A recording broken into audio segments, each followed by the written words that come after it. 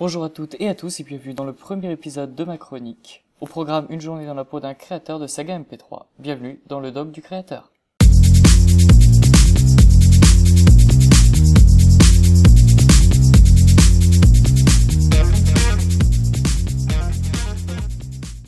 Il est 11h45, je pars de Rennes, à destination de Clermont-Ferrand. Là-bas, je vais y rencontrer deux personnes, deux créateurs de saga MP3, et je vais les interviewer. L'un se surnomme Selkio, l'autre Riku. Allons à leur rencontre.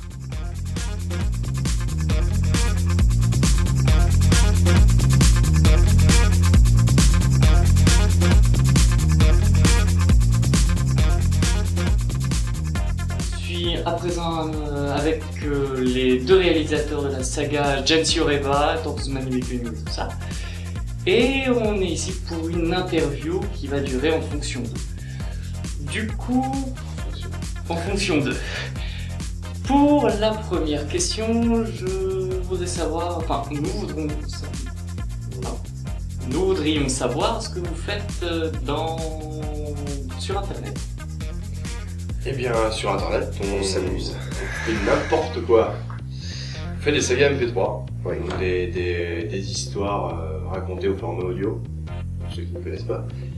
Et actuellement, on est sur un projet qui s'appelle Gensio Reba, qui est donc une saga post-apocalyptique, fin du monde, monstres un peu partout. Un film sans image. Ouais. Une ambiance bruitage, une ambiance musicale, une ambiance vocale. Immersive, Ouais, au immersive, possible. sans image. Voilà. Du coup, pour votre deuxième question, c'est pourquoi le nom de filtre de l'humour? Un manque d'inspiration, Bah peut-être. complètement en fait, si je me souviens c'était, ça doit faire 6-7 ans, en plein cours je cherchais un nom pour un groupe comme ça, et puis j'avais quelques exemples du genre placement de produit, le démon du rire, et je me suis dit, démon du rire, la façon dont c'est agencé c'est sympa, je vais essayer de trouver un truc comme ça, filtre d'humour. Puis on voulait faire une saga humoristique à ce moment-là. Donc Ouais, voilà. du coup, on était parti sur l'humour à la base. Sur une base assez drôle. Vraiment avec Gensio Reba qui est complètement sérieuse. Du coup, ensuite, c'est la fameuse première saga Tortuzman et Mikuni. Youhou. Parlons-en. Ça rappelle des bons souvenirs. Écoutez, je vous propose de la présenter ou d'en parler. Et ben C'est notre première saga MP3. il y a 6-7 ans. Ouais, on a commencé, moi je devais avoir 17 ans, toi 16. Ouais, truc du genre. C'est une saga à volonté humoristique. Voilà, volonté, ouais, précise. À volonté humoristique. Tortuzman et Mikuni, qui raconte l'histoire de deux amis anti-héros qui veulent sauver le monde des méfaits d'un grand méchant appelé Mathematicas. C'était à la base une écriture pour une sorte d'exutoire Pour échapper à l'ennui des cours de maths. le Mathematicas. C'était une caricature de notre prof de maths quand on était en seconde. Ouais, c'est ça. Je ne citerons pas son nom. Non. De toute façon, il se reconnaîtra pas. En plus de ça, donc voilà. C'était de l'humour un peu potache. Très potache. Très potache. Très potache, un peu gratuit. On se posait pas de questions, on cherchait pas à faire dans la subtilité, ça nous faisait rire et on écrivait comme ça. Oui, et puis à la base, on n'avait pas prévu de le diffuser sur internet aussi. Ouais, C'était pour nous, pour les copains, et puis ça ça nous faisait marrer, quoi. on connaissait le domaine de la saga MP3 et on s'est dit pourquoi pas nous quoi. Moi on faisait ça pour nous. On va passer au gros chapitre, le fameux Gensio Reba, pardon. Avec les maras, les êtres humains, la végétation, même si bon, il y en a pas beaucoup du coup. Les interprètes, Les interprètes, il y a des exactement. sages de la végétation. C'est une saga post-apocalyptique, avec un univers post-apocalyptique, assez classique en fait dans son schéma. Le coup classique de un héros à qui il arrive un problème et qui reste pendant un certain temps, là dans cette histoire c'est 1 an, dans le coma. Et à son réveil, le monde a changé, le monde est détruit, il s'est passé un cataclysme, etc. Il doit s'adapter à ce monde et petit à petit il va se rendre compte qu'il est la clé de la survie de ce monde. On passe d'un univers connu de tout le monde à un univers que personne ne connaît. Et donc après, vous allez essayer de créer un univers entier avec... Voilà, c'est ça. C'était le décor qu'on a posé, qui du coup repose sur des choses relativement connues, et petit à petit on s'est construit en fait un monde. Bah, le défi c'est ça, c'est de se construire notre propre monde à part entière dans une saga MP3. Ouais, une autre version de la chose, quoi. Voilà. Avec des personnages ayant un caractère et une personnalité très propre, et qu'on fait varier en fait dans le temps. Les caractères des personnages évoluent au fur et à mesure de l'histoire. C'est pas, à la base ça peut partir sur des clichés, puis petit à petit ils prennent de l'humanité, quoi. Quelles sont vos inspirations concrètement par rapport à cette saga? Elles sont nombreuses, quelque part. Oui, bah du coup ce qu'on disait tout à l'heure, au final toutes ces œuvres qui traitent du post-apocalyptique, déjà quelque part on s'en inspire aussi beaucoup, puisqu'on prend beaucoup de codes déjà. Beaucoup de codes autant dans les événements que dans les personnages. C'est vrai. Il y a beaucoup de personnages qu'on utilise dans notre saga, et une part de leur personnalité peut être retrouvée chez d'autres personnages dans d'autres œuvres. C'est vrai qu'il y a une bonne part de déjà vu. Ouais, carrément. Si on prend un personnage, si vous écoutez la saga et qu'on prend un personnage du style Alexander, là, si on reparle de choses dont on a déjà parlé, Alexander est un personnage où j'essaye de m'inspirer pas mal du personnage de Rick dans The Walking Dead pour faire ce personnage, comme le faire petit à petit. Attention, spoiler. Le faire petit à petit sombre. D'accord, je prends note du coup. Et on va passer à une autre question. C'est par rapport au tournage, comment ça se passe, comment ça s'organise? Alors on s'insulte. Ouais, en général on se traite de tous les noms. Ouais. Mais c'est parce qu'on s'aime bien. Oui, hein, mais ça, hein, je pense. Ouais. Il y a le côté affectif. C'est votre processus créatif. Voilà, se Ouais. taper dessus. Puis ça permet de Ça défoule, hein. d'extérioriser. Alors plus sérieusement, pour la création d'un épisode, ça se fait en plusieurs étapes. Déjà, cet homme se reclut dans son appartement afin d'écrire un scénario. Comment j'écris un scénario? Avec un fichier Word sur un PC. Tout ce qui est de plus simple, mais si on parle plus d'inspiration ou quelque chose du genre, c'est vraiment variable en fait. Il y a plusieurs phases. Il y a une phase où tu imagines la scène, la séquence, etc. Et ensuite tu vas poser à l'écrit. Enfin, moi, dans tous les cas, c'est comme ça que je fonctionne. Je ne saurais pas vous dire comment ça se passe, et je pense que ça doit être le cas chez tous les gens qui créent, qui écrivent, qui imaginent des histoires. Ça vient comme ça, il y a une sorte de transe qui se met en place. Je me rends même plus compte que je cours en fait. Je suis dans l'univers que je suis en train de me créer. Ça se passe là-haut et je ne saurais pas vous l'expliquer comment.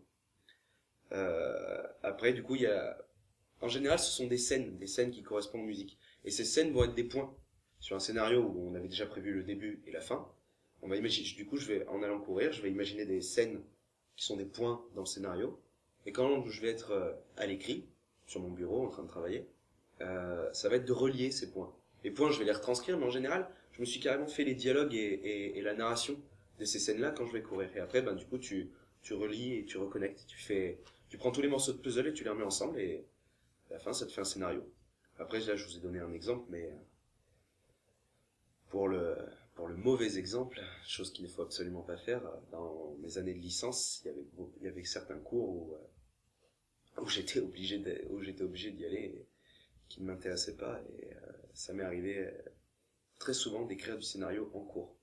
Mais en général, c'est toujours à un moment donné où tu te déconnectes. C'est toi et ton scénario. Il y a personne d'autre. J'étais en cours, mais les gens qui avaient autour de moi, les gens qui parlaient, d'une, je ne les voyais pas, et de deux, je les entendais pas. C'est un moment un peu bizarre, ça. Il y a des moments quand je suis d'humeur un peu expressive, à Riku, je lui dis que c'est un moment de transe où je suis en train d'être connecté avec un monde de rêve ou quoi que ce soit, mais c'est plus des moments où tu es complètement déconnecté, tu es dans ton univers. Et ensuite tu reposes à l'écrit. Et quand tu reposes à l'écrit, il y a des choses auxquelles tu n'avais pas pensé, que tu rajoutes, etc. C'est vraiment un processus qui est dynamique, et tu composes au fur et à mesure. Et je crois que j'ai fait le tour. La deuxième étape, c'est que il me lit son scénario, donc en général je l'insulte. À ce moment-là, déjà. Toujours une bonne occasion. Voilà, ça fait plaisir. On va pas rater quelque chose comme ça, c'est Voilà, sûr. donc, je n'insulte pas, je valide en général, parce que je trouve que ce qu'il fait est bien. On passe, dans les moments du processus où on est seul, il y a toujours une phase où l'autre valide. Voilà. On est obligé de passer par l'autre. Alors moi, quand j'écris mes scénarios, je vais lui dire et lui, il va valider. Sinon, ça marche pas. Ensuite, Voilà. du coup, On enregistre les voix. les enregistrements. C'est sûrement le moment qui est le plus ennuyeux et à la fois le plus intéressant. Le moment ennuyeux, c'est pas vrai en fait, c'est le plus contraignant.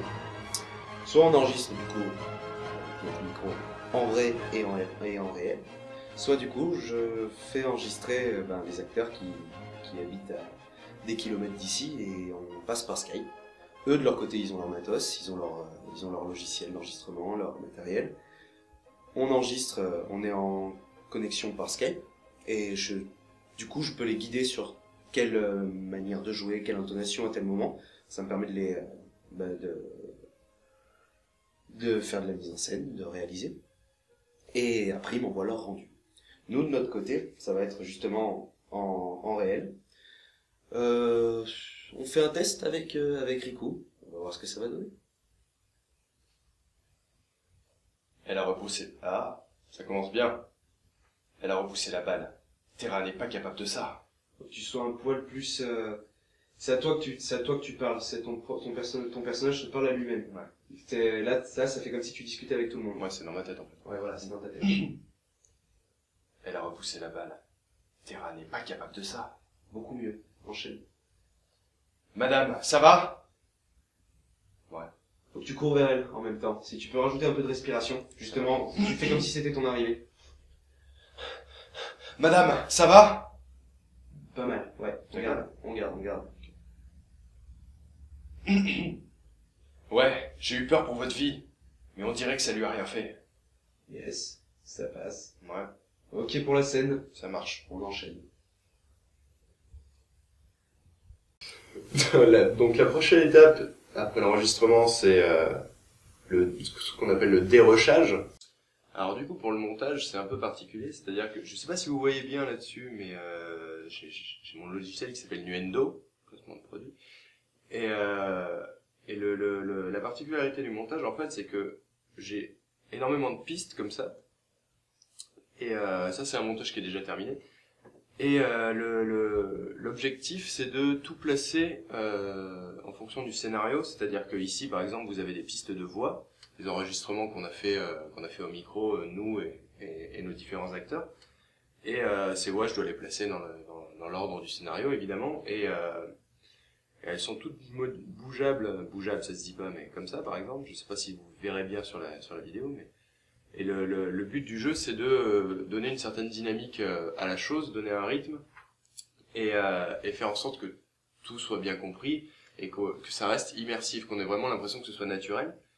Et avec ça se rajoutent, ici par exemple, tous les bruitages. Donc là, il y en a beaucoup, parce que c'était une scène relativement importante, qui sont eux aussi placés au millième de seconde près, histoire que ça colle avec la scène. C'est... par exemple, ici, vous avez plus l'ambiance. En bas, vous avez l'ambiance. En haut, vous avez plus les bruitages instantanés, on va dire. C'est comme ça que je fonctionne, moi. Après, je sais pas si tout le monde fonctionne comme ça. Et j'ai beaucoup de pistes comme ça qui, au fur et à mesure, se remplissent. Et ça donne tout le corps de l'ambiance, en fait. Et derrière, le point qui rajoute un peu beaucoup de cachet à tout ça, c'est la musique. Donc j'ai deux pistes de musique ici par exemple que je peux vous montrer. Et cette musique, il faut la caler par rapport à l'action.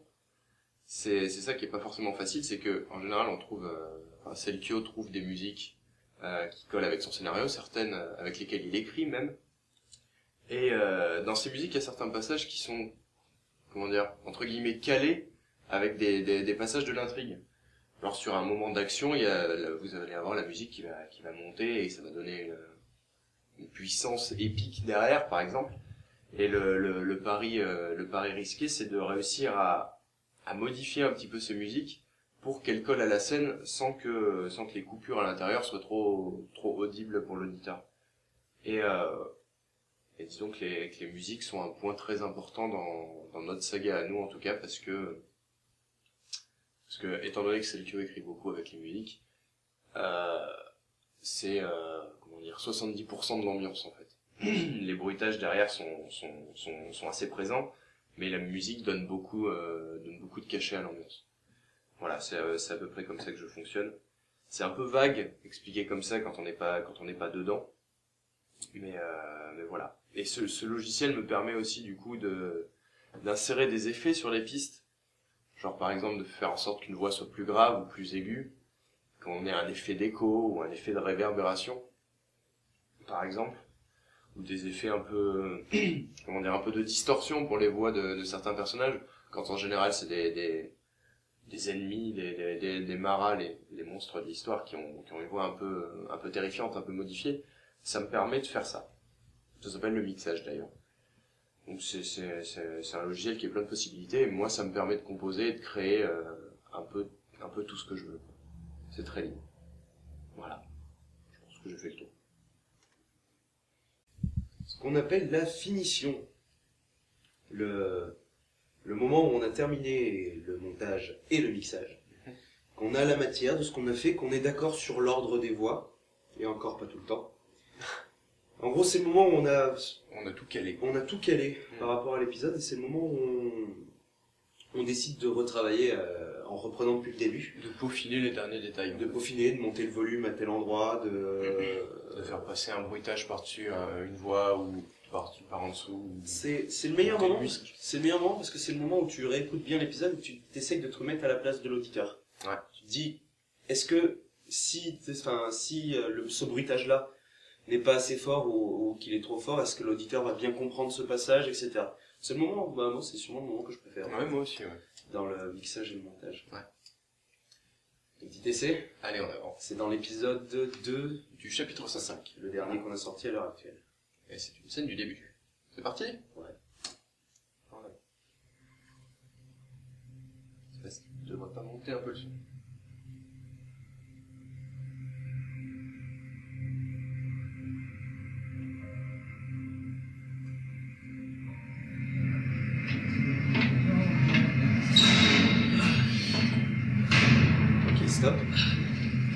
Stop, là, la musique, c'est la musique qui doit jouer. Ouais. C'est la musique qui doit faire l'ambiance. Tu remontes la musique, tu baisses un peu les bruitages. Les bruitages, ils sont cool, mais ils doivent être en fond. C'est la musique qui va jouer l'action. Enfin, qui emmène l'auditeur. C'est un moment de transition. Et du coup, là, c'est la musique qui joue ça. Je baisse... J'ai monté la musique et je baisse les bruitages, du coup. C'est parti? Vas-y. Rebalance la scène. Rebalance la scène. J'étais trop près.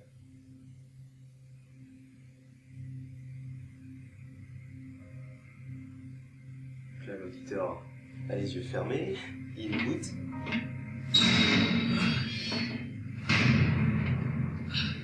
La porte, le bruitage des portes, il est encore un peu trop fort. Après avoir rétabli la ligne de vie. Et Alexander n'est pas présent. Et Alexander n'est pas présent. Et vous voyez, c'est continuellement des trucs comme ça. On repasse chacune des scènes, ça prend des plombes, mais c'est cool. Ouais. Enfin, nous, on y trouve du plaisir. C'est le moment où, voilà, on se met à la place de l'auditeur en se disant, vraiment, moi, je ne connais pas l'épisode, j'ai les écouteurs dans les oreilles, et est-ce que je comprends la scène? Ouais. Et du coup, chaque petit détail a son importance, et t'essayes de lui accorder de l'importance pour une bonne immersion.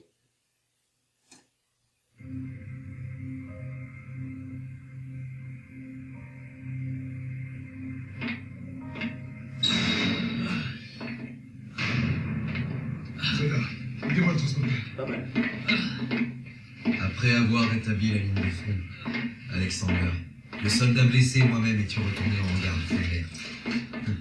Ok. Les bruitages sont un peu forts encore. Et voilà, et c'est continuellement ça. On va les baisser de suite. Voilà.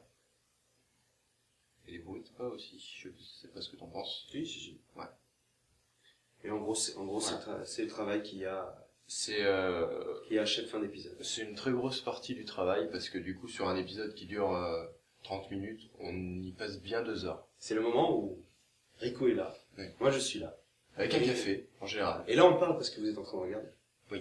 D'habitude, on ne parle pas. Ça fait des mouvements du genre. moi, j'interprète et je comprends ce qu'il veut. Voilà. C'est beau. Et quelque part, c'est un boulot ça fait partie du boulot de mise en scène. Ouais. Ça conclut la mise en scène, en fait.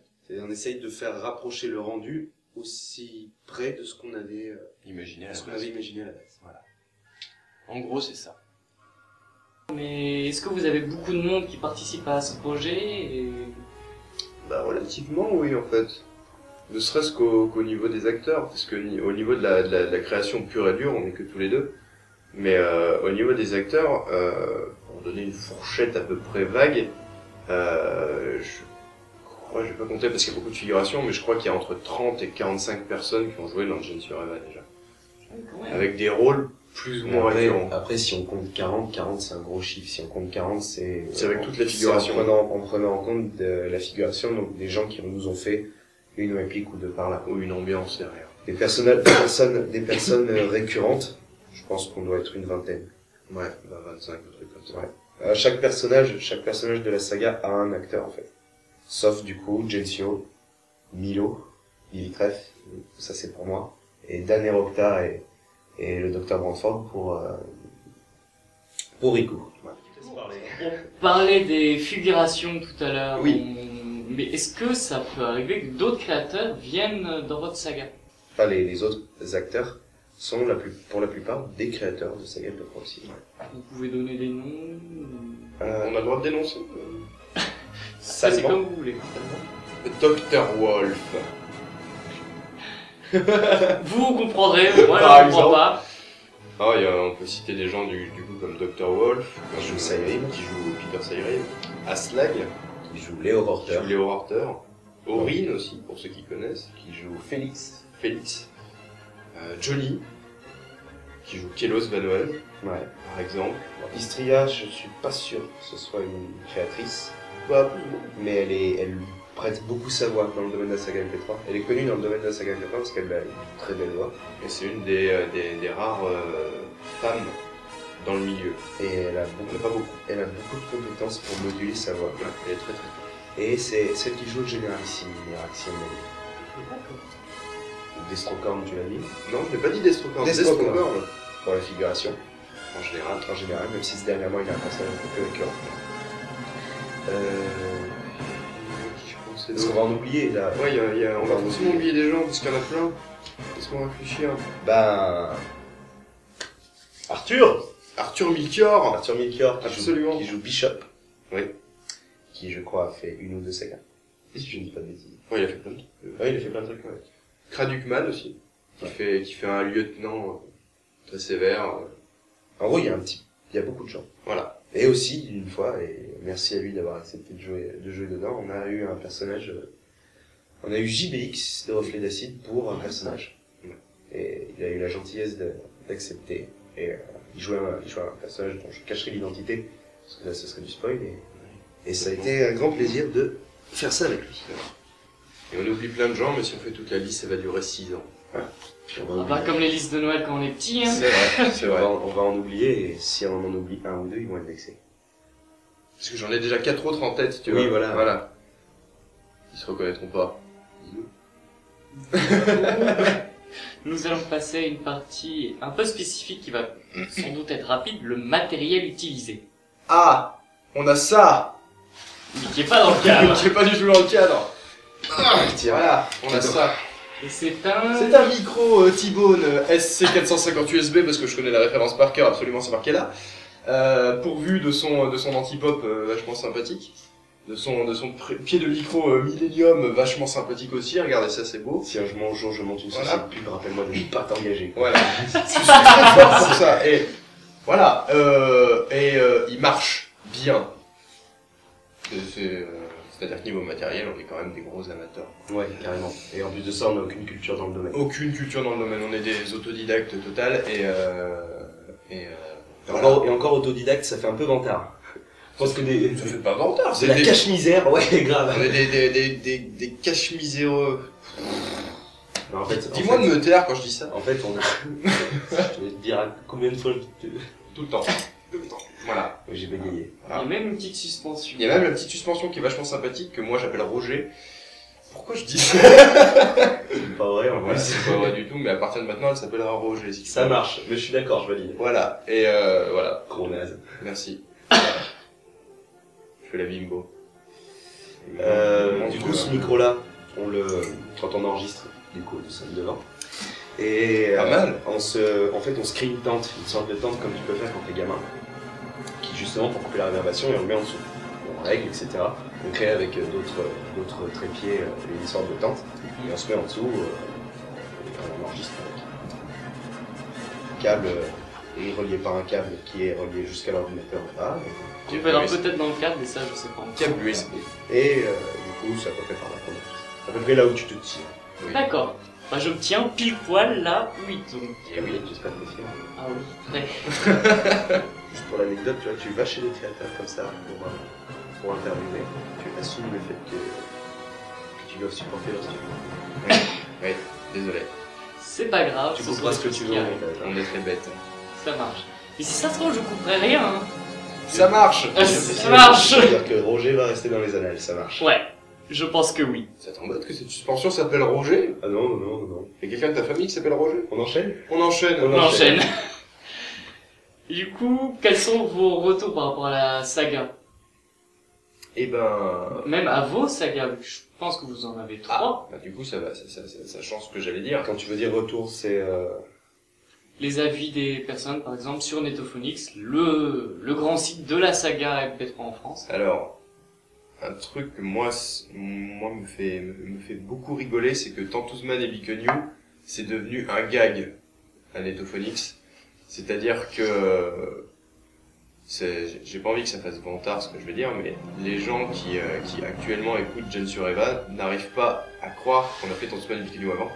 Et ceux qui savent, qui étaient là à l'époque où on diffusait les épisodes de Tantouzman et Bikenyu, c'est devenu une blague récurrente à chaque fois qu'ils voient nos tronches en fait dans ce Bikenyu. Oui, c'est vrai ça. Par contre, Ouais. quand on va en convention et qu'on les recroise, en général, Je pense, il y a toujours un moment donné où Tantouzman et Bikenyu revient sur le tapis. je pense notamment à Johnny et Aurine, Oui, d'ailleurs. voilà, tiens. hein, De- de vilains, Voilà.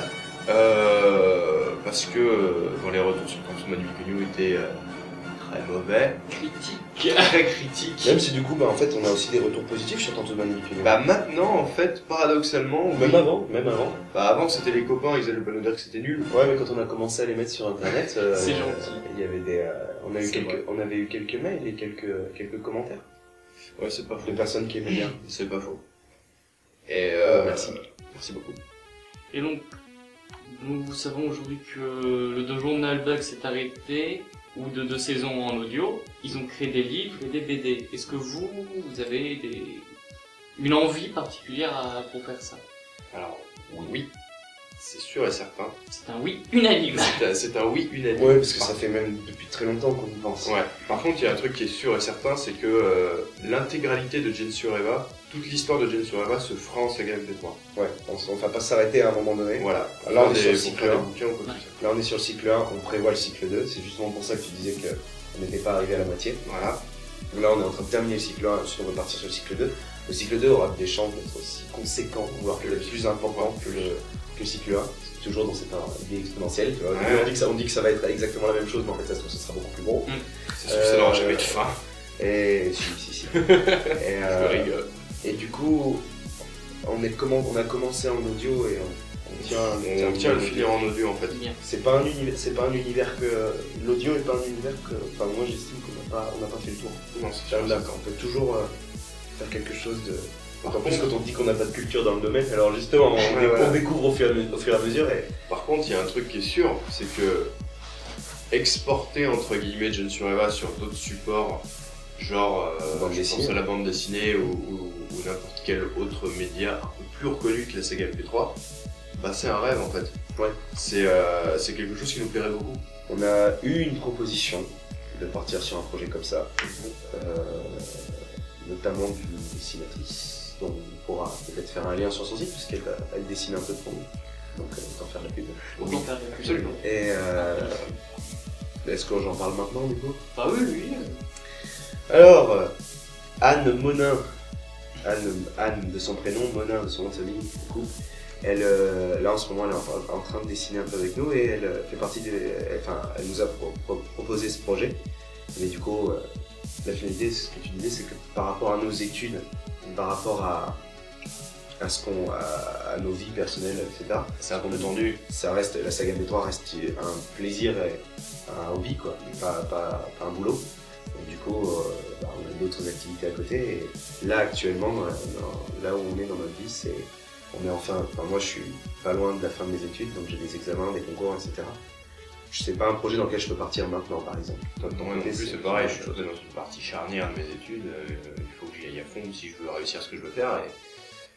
Et on n'a vraiment pas le temps de se consacrer à un projet aussi conséquent qu'une adaptation de BD pour le moment. Parce que s'il y avait une adaptation de BD, on aimerait beaucoup en fait faire partie, être au cœur du projet.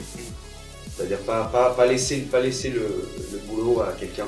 Et juste valider ce qu'il fait. Et juste valider, on aimerait travailler avec la personne. Participer, voilà, imaginer en même temps qu'elle. Voilà, c'est ça. Ou lui, du coup. Ouais, c'est ça. Comment il dispose. Être sur chaque planche, chaque détail, etc. Mais pareil, tant qu'on est dans la pub et dans d'autres supports, on a cité Anne Monin parce que c'est avec elle qu'on travaille là actuellement. On a travaillé aussi avec Aeri. Pour l'affiche qui est... Pour l'illustration officielle de Gensio. Oui. On en sort une ou pas? Allez, je m'en occupe. Oui, allez. on sort une. Alors, l'illustration officielle de notre personnage principal. Aerine est une fille qui nous avait contacté et vous retrouverez son site assez facilement. Je pense. Voilà. Bah, de toute façon, dans la description, il y aura tous les liens. Il y aura des reflets, possible. Possible, mais au pire, c'est pas grave. Je me cacherai un peu pour mettre l'affiche en JPEG. Et un travail de maître de la part d'Aerine. ouais, qui a beaucoup de talent, énormément de talent et qui a eu la gentillesse de nous faire cette illustration officielle. Alors on l'a fait ensemble, on parlait au cœur du projet. C'est justement un travail, elle dessinait pendant que nous on lui disait comment on voyait la chose. Et ça rend quelque chose d'absolument génial. Et en même temps elle a mis sa patte aussi. Ouais. Voilà. C'est une fille qui a beaucoup de talent et qui je pense est promise à beaucoup de choses. Oui. Bah, d'après ce que j'en vois, oui. Et du coup, on voudra pas que je mette l'affiche là. Ah non. Elle est adorable en plus. Bah, ça, je sais pas, je la connais. Ouais, bah. Mais donc, du coup, tout à l'heure, vous avez parlé de vos études. Il y a donc un conflit entre la création et les études ou... Oui et non. Cette année, oui. Ouais, surtout cette année. C'est-à-dire que on essaye de faire en sorte que les études ne freinent pas la création, mais en fait, on n'a pas le choix de freiner la création. On essaye de faire en sorte que les études ne freinent pas la création, mais il est hors de question que la création freine les études. Voilà, c'est ça. En fait, au final, quelque part, nos études et le boulot vers lequel on se dirige passent au-dessus, largement. Du coup, on essaye de faire en sorte de s'organiser mieux, etc. Et là, on a eu du mal en début d'année. Notre production, notre rendement a beaucoup baissé. Début d'année 2015 ou début d'année scolaire? Début d'année scolaire, 2014-2015. Voilà, ce qui fait qu'on a sorti que 3 épisodes. Par rapport à ce qu'on sortait avant. Par rapport à ce qu'on sortait avant, 3 épisodes en 6 mois, c'est beaucoup. Par exemple. Parce qu'on est dans une année qui est vraiment... Puis aussi parce qu'on... Dans les études précédentes, moi j'y étais beaucoup moins investi. Moi aussi. J'ai été beaucoup moins investi que maintenant. Et du coup, même si ça passait par-dessus, on pouvait se permettre de prendre des instants. On faisait, tu vois, on disait tout à l'heure qu'on découpait les moments de mixage et de montage en plusieurs fois. Ça nous arrivait de faire des épisodes d'un trait. Ça pas arrivé souvent, mais ça nous est arrivé. C'est pas arrivé souvent parce que les épisodes sont de plus en plus conséquents, mais à une époque, il nous est arrivé de se dire, tiens, on part un week-end et on fait un épisode. En un seul week-end. En un seul week-end. Chez ma grand-mère d'ailleurs. Chez sa grand-mère. Oui, parce qu'en qui est une femme adorable. En d'autres lieux d'inspiration, on aime beaucoup aller en Ermitage. Du coup, on habite en Auvergne, au milieu de l'Auvergne, chez ma grand-mère. Là, oui, rien autour à part des pâturages. Vaches. Et des vaches. Ouais. Du coup, il est vache. D'où la petite affection. Ouais, on aime beaucoup les cette vaches. affection bovine. C'est vachement bizarre. Ouais. Ça marche. Ça fait étrange. Oui. Là-bas, tu vois, ça nous est même arrivé d'en monter 2. Oui, c'est Deux vrai. d'affilée, dans les premiers. Dans l'épisode, rassurez-vous. Oui. Oui. Oh là là. Et à quoi tu penses? Elle est obligée de la faire. Nous avons monté 2 épisodes, messieurs, dames. Pas d'esprit tordu. Pendant un week-end. Mon enfance est détruite. Elle a toujours été réduite en cendres, ton enfant. Oui, certes, mais Ah. maintenant, quand je vais voir une vache là-bas, je vais revoir Doc Créateur en train de me faire cette vanne. Ah bah, ouais, je suis content, tu penses à moi. Ça nous sera arrivé de mixer, monter deux Deux épisodes épisodes en un week-end. dans les premiers, ceux où on y passait le moins de temps en fait. Bah, dans les premiers qui avaient une durée aux alentours de 10-15 minutes. L'épisode 5 et l'épisode 7, ils avaient été faits le même week-end. 6 et 7 peut-être. Parce que 5 et 7 ça n'a aucun sens. 6 et 7. Voilà. Et il me semble que le 6e et le 7e ont été faits en un week-end.